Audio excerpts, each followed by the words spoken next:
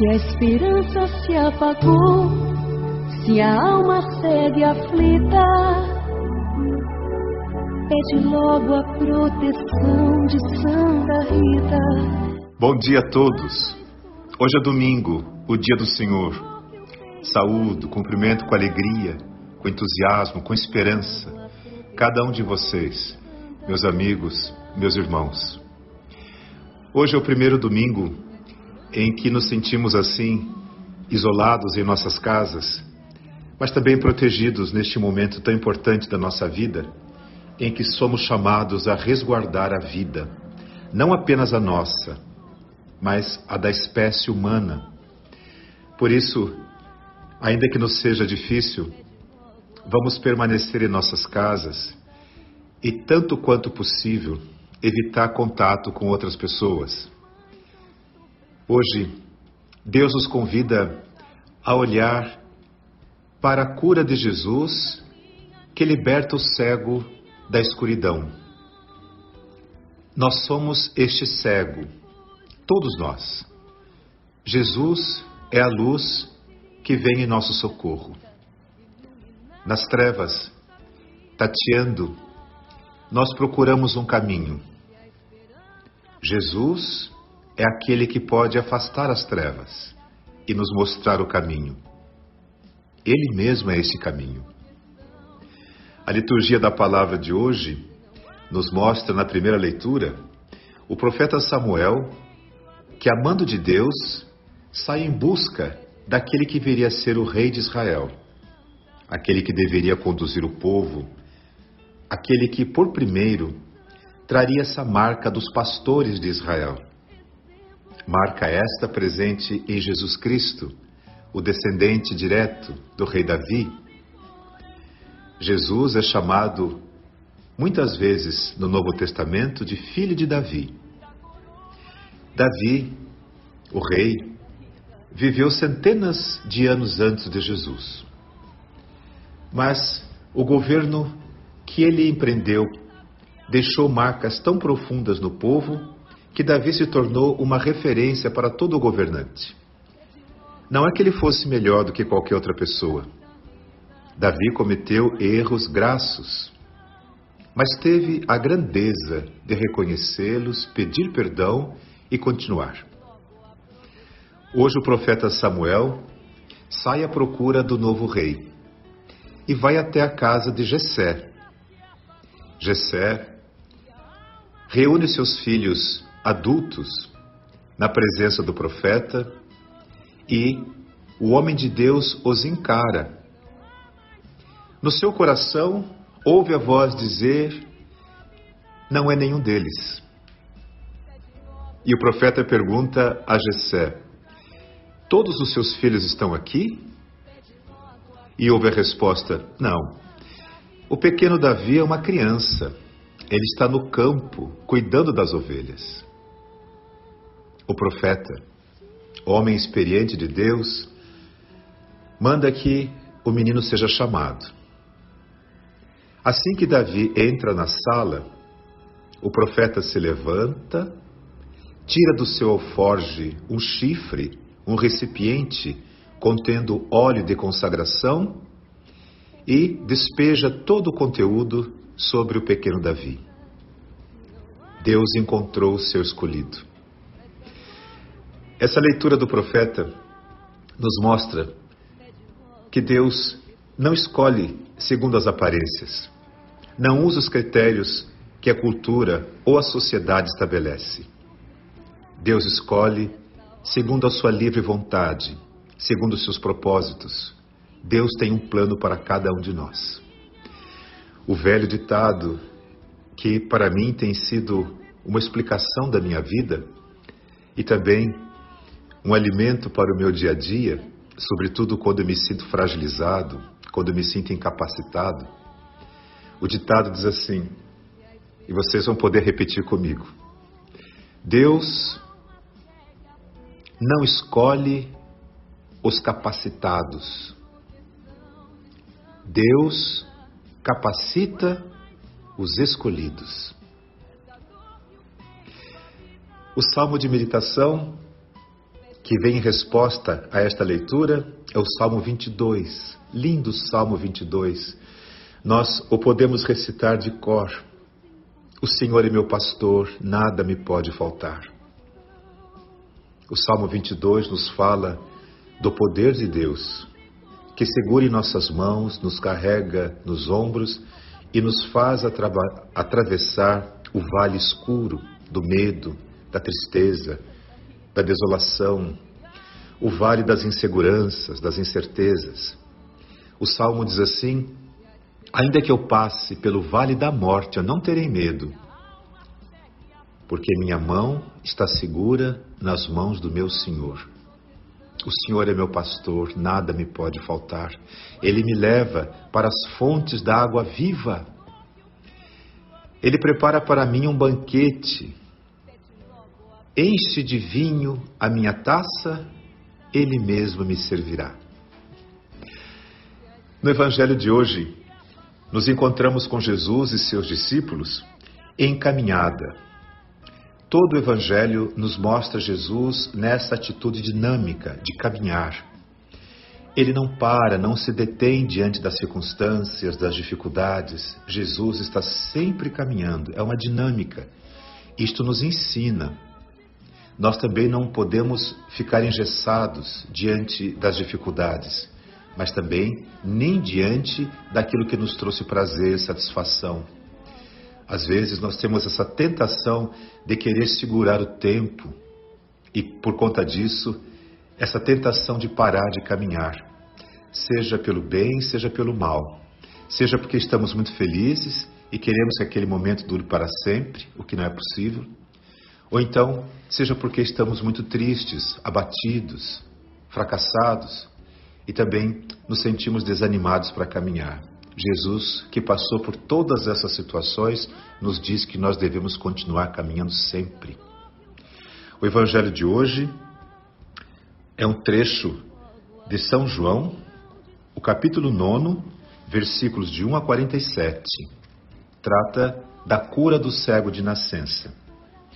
O texto é bastante longo, eu não vou lê-lo totalmente, mesmo porque vocês receberam o folheto, vocês podem abrir no seu celular e fazer a sua leitura e também dar assim a sua interpretação.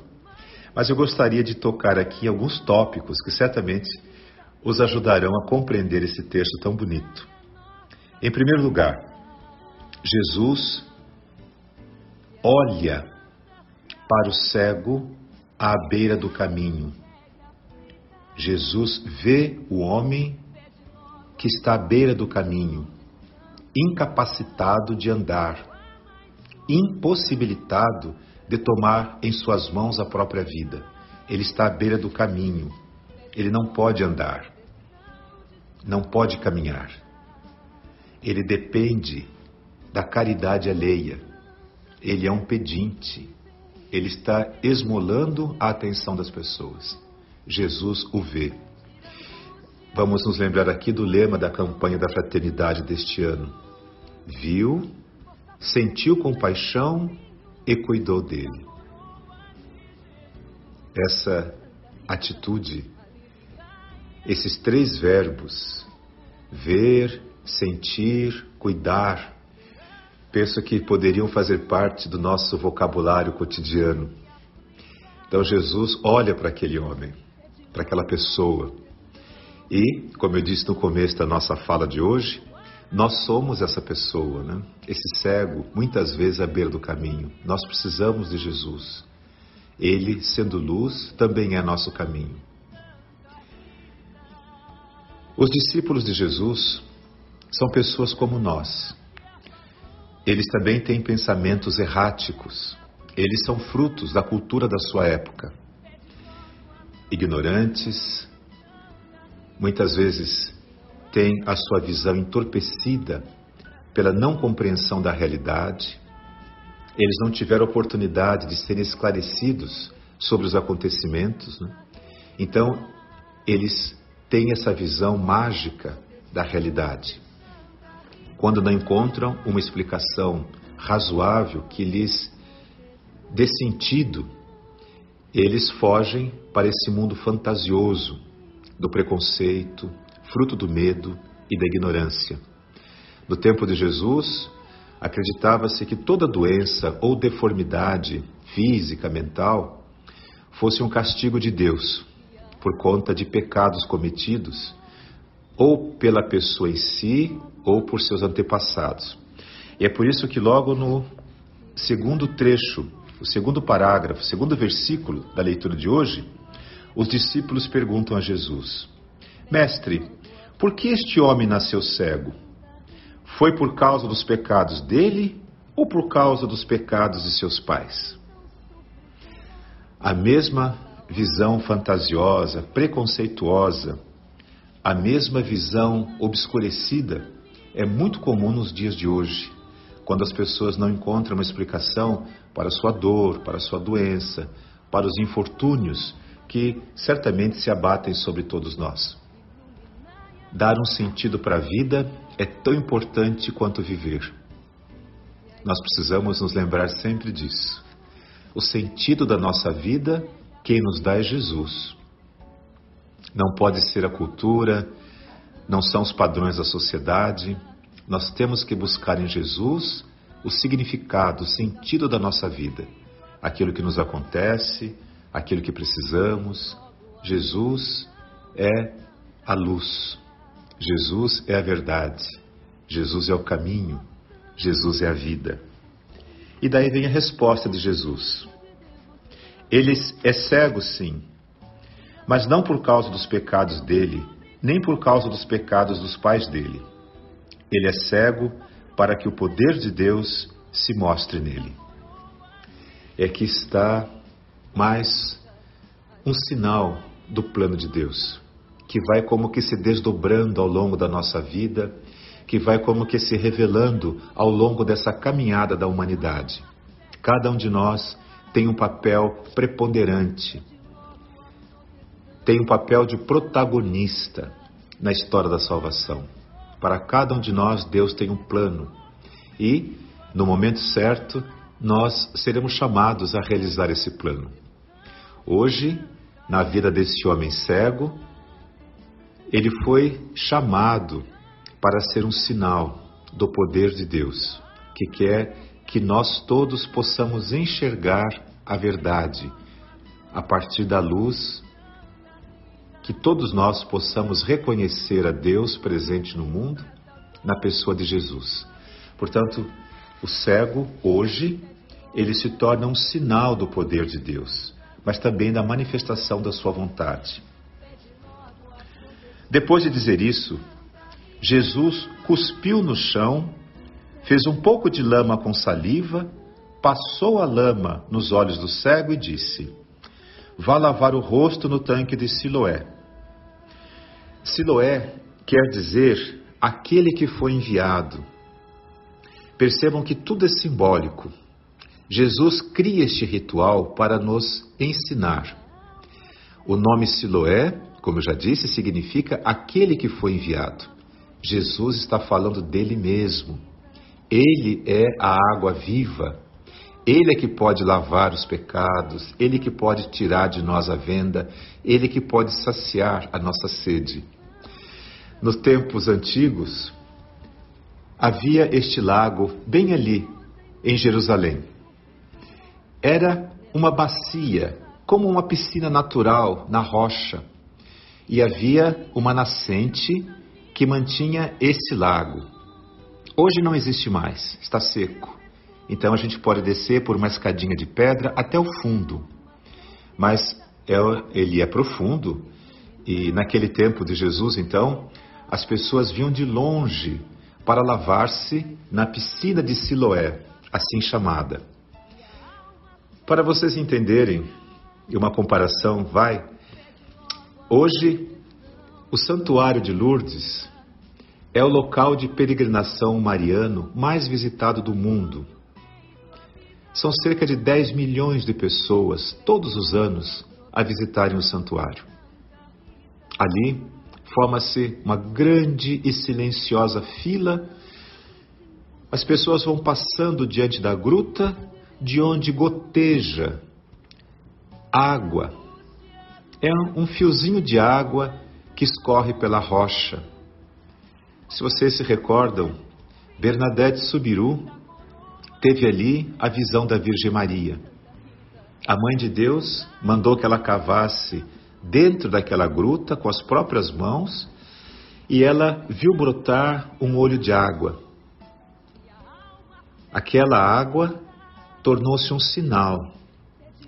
A água do batismo, a água da vida, a água que regenera, que reintegra, a água que sempre nos lembrará a presença de Jesus, que cura, que salva. As pessoas nem conseguem hoje tocar na água, não seria possível. Mas só o fato de estar ali, na gruta em Lourdes, a gente se sente em paz, existe cura espiritual, mas também cura física, comprovada por uma junta médica que dá testemunho havendo sinais de cura. Então vocês imaginam que no tempo de Jesus, essa piscina de Siloé tinha esse significado na vida das pessoas. Muita gente ia até lá. E Jesus faz esse gesto ritual. Cuspiu no chão. E isso nos reporta ao livro do Gênesis. Deus fez o ser humano a partir do barro. Soprou nele. Ele deu vida. A partir da saliva que sai da boca de Jesus, que é a sua palavra, caída na terra, Deus faz de nós novas criaturas. Nós somos obra de Deus, mas ao mesmo tempo, nós somos integrantes desse mundo, nós somos parte dessa natureza. Tudo que está em nosso corpo pode ser encontrado nesse chão, nestas árvores, nas pedras, nos animais. A Terra, o planeta, é o nosso corpo. Por isso, Deus nos chama a preservar, a cuidar dele como um jardim, nossa casa comum. Tudo isso Jesus simboliza nesse ritual. Cuspiu no chão, fez lama, passou nos olhos do cego para que ele fosse se lavar nas águas de Siloé, aquele que foi enviado. Bem, o Evangelho diz que o cego lavou o rosto e voltou vendo. Mas eis que, ao invés disso trazer alegria, ao invés da presença de Deus no mundo trazer felicidade, trazer esperança, trouxe consternação às pessoas. Elas ficaram admiradas, sim, mas ficaram também perplexas demais, intrigadas. E novamente a sua cegueira os impediu de ver a graça de Deus acontecendo. Eu vou resumir porque o trecho é bastante longo, mas como eu disse, vocês deverão fazer a leitura em casa. Algumas pessoas diziam que não era o cego, que era alguém parecido com ele. Outras pessoas diziam que ele era um impostor, que ele tinha mentido o tempo todo só para ganhar dinheiro. Enfim, perguntaram, e ele disse assim: olha, sou eu mesmo. Esse homem realizou em mim uma obra. E explica para eles o que aconteceu. O que é que eles fazem? Como eu disse para vocês, na ausência de sentido, a pessoa busca aquela explicação, aquele caminho que parece o mais fácil, o mais comum, o mais cotidiano, né? Caminho esse que muitas vezes nós somos chamados a abandonar. É preciso muitas vezes mudar de direção e tem que ter coragem para fazer isso, né? Para a gente poder ver o novo, é preciso deixar morrer o que é velho, o que é antigo, o que hoje já não traz mais a solução como trouxe no passado.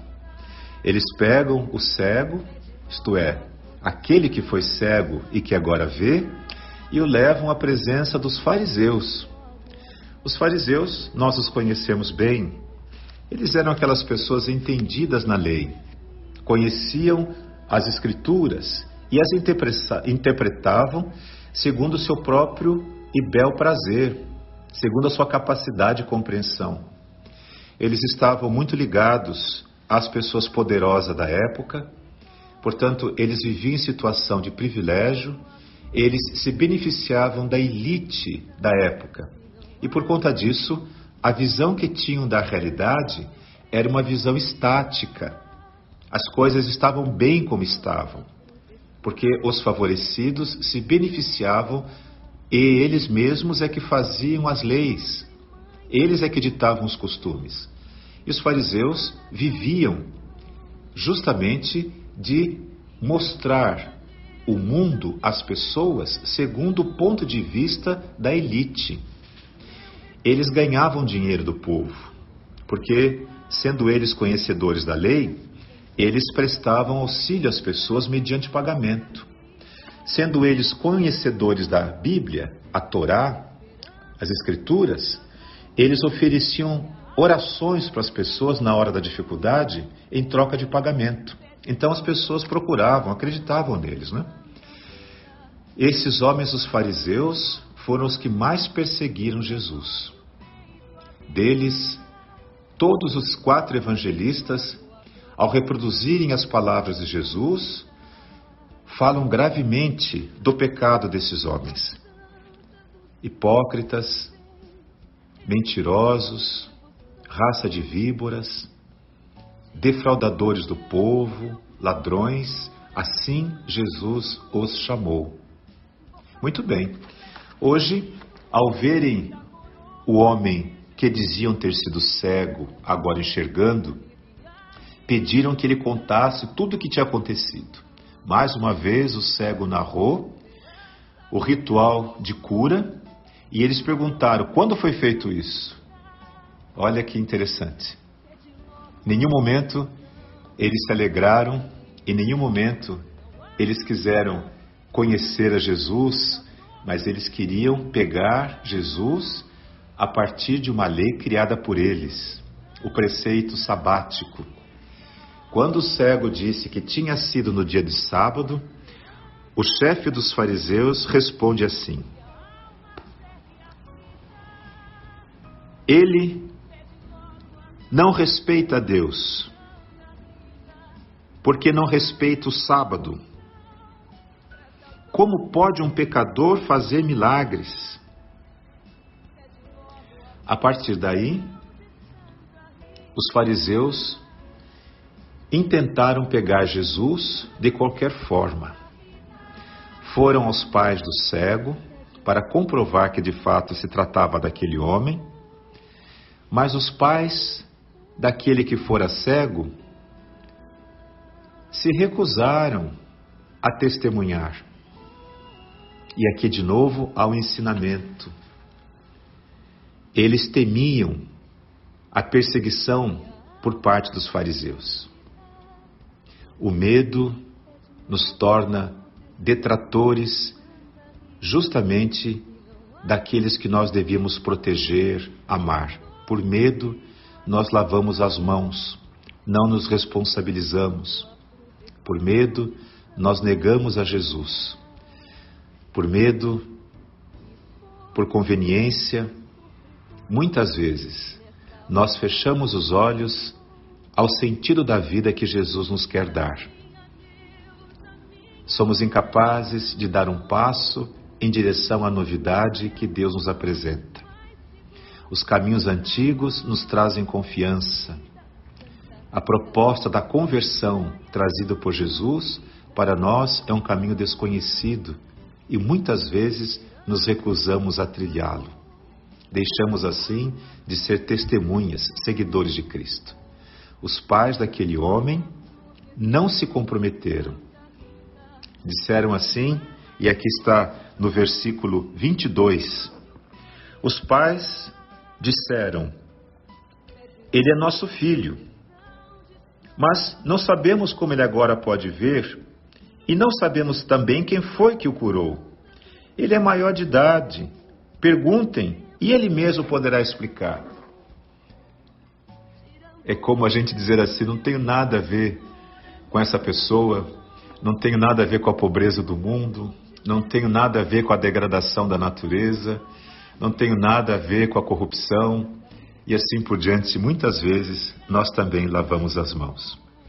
Meus amigos, eu gostaria muito de continuar refletindo com vocês e tenho aqui passagens valiosas nesse texto bíblico, mas eu não quero cansá-los além do necessário. E também vou deixar para vocês a leitura desse texto e também peço que vocês procurem interpretá-lo e julgar os acontecimentos a partir daquilo que lhes fará bem e que lhes trará alegria, que lhes trará paz interior. Hoje é domingo, gostaria de rezar com vocês esta oração que Jesus nos ensinou e assim nós estaremos refazendo também a nossa profissão de fé. Pai nosso que estais nos céus, santificado seja o vosso nome. Venha a nós o vosso reino. Seja feita a vossa vontade, assim na terra como no céu. O pão nosso de cada dia nos dai hoje. Perdoai as nossas ofensas, assim como nós perdoamos a quem nos tem ofendido. Não nos deixeis cair em tentação, mas livrai-nos do mal. Amém. O Senhor esteja convosco. Ele está no meio de nós. Pela intercessão da Santíssima Virgem Maria, pela intercessão de Santa Rita de Cássia e de todos os santos do céu, abençoe-vos o Deus que vos ama e tudo pode, Pai, Filho e Espírito Santo. Amém. Fiquemos em paz, que o Senhor a todos nos acompanhe. Se a esperança se apagou, se a alma segue aflita, pede logo a proteção de Santa Rita. Se não há mais solução pra essa dor que o peito habita, pede logo a proteção de Santa Rita. Se a esperança se apagou, se a alma segue aflita, pede logo a proteção de Santa Rita. Se não há mais solução pra essa dor que o peito habita, pede logo a proteção de Santa Rita. Esposa e mãe tão sofredora, nesta hora de aflição, encaminha a Deus a minha oração.